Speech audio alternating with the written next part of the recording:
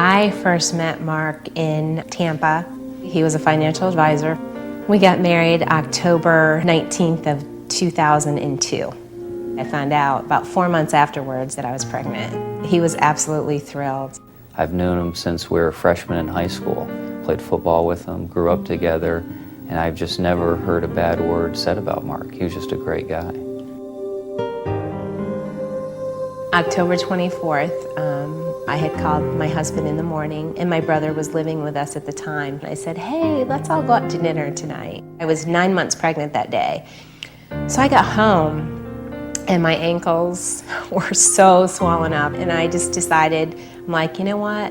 I said, I don't think I can do this. And he's like, you're not going out? I said, no, why don't you and Phil go out to dinner, then come back and we'll spend some time together. And then he said, but I love you and I'll miss you.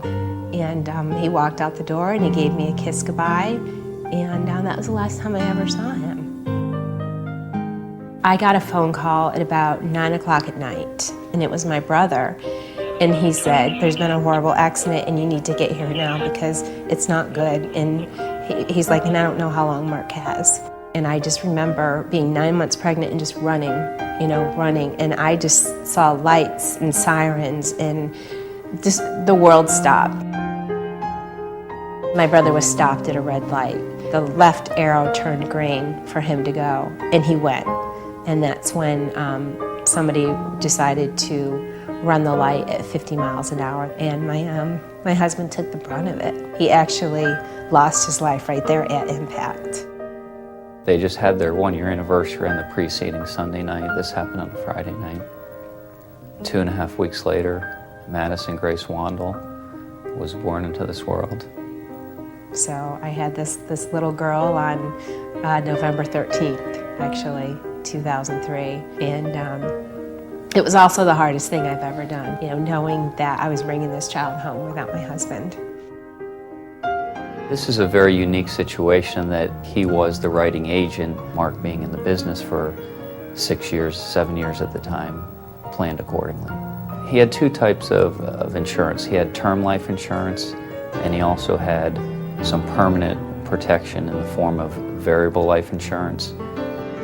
Joe hasn't left our side since. He and Mark were such great friends. The best thing that's come out of this has been the good works that Melissa has been able to do. Melissa hasn't just sat back and lived off life insurance money and gone on with her life. She is trying to make a difference in this world. Melissa had the luxury now with the life insurance of being able to stay at home and not have to go back to work. So she formed the Mark Wandall Foundation, which raises money for children's charities. It donates money for scholarships at the high school where Mark went to. Madison can grow up knowing her father through this foundation. She has started a coalition to stop red light running, and I believe it's getting the attention of multiple officials throughout the state of Florida. She goes out and speaks to community groups.